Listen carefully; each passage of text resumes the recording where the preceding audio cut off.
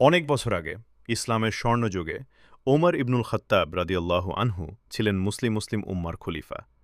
তিনি ছিলেন ন্যায়বিচার, সততা এবং আল্লাহভীতির এক অনন্য উদাহরণ।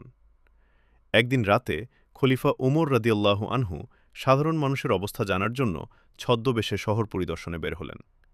তিনি দেখতে চেয়েছিলেন তার শাসনে কেউ কষ্টে আছে কিনা।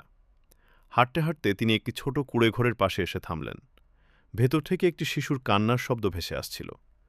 ওমর রাদিয়াল্লাহু আনহু দরজায় কড়া নাড়লেন। ভেতর থেকে এক দরিদ্র মা বের হলেন। তিনি জিজ্ঞেস করলেন, তোমার শিশুটি কেন কাঁদছে? মহিলা কষ্টের সাথে বললেন, আমার কাছে খাবার নেই। আমি শুধু পানিতে হাঁড়ি বসিয়ে রেখেছি যেন আমার সন্তান ভাবে খাবার রান্না হচ্ছে, আর সে অপেক্ষা করতে করতে ঘুমিয়ে পড়ে।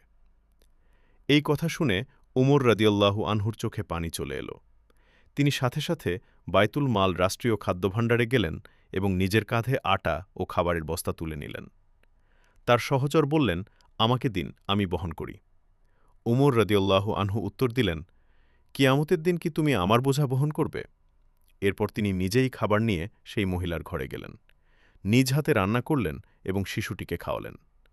যতক্ষণ না শিশুটি হাসছিল ততক্ষণ তিনি সেখানেই বসে রইলেন।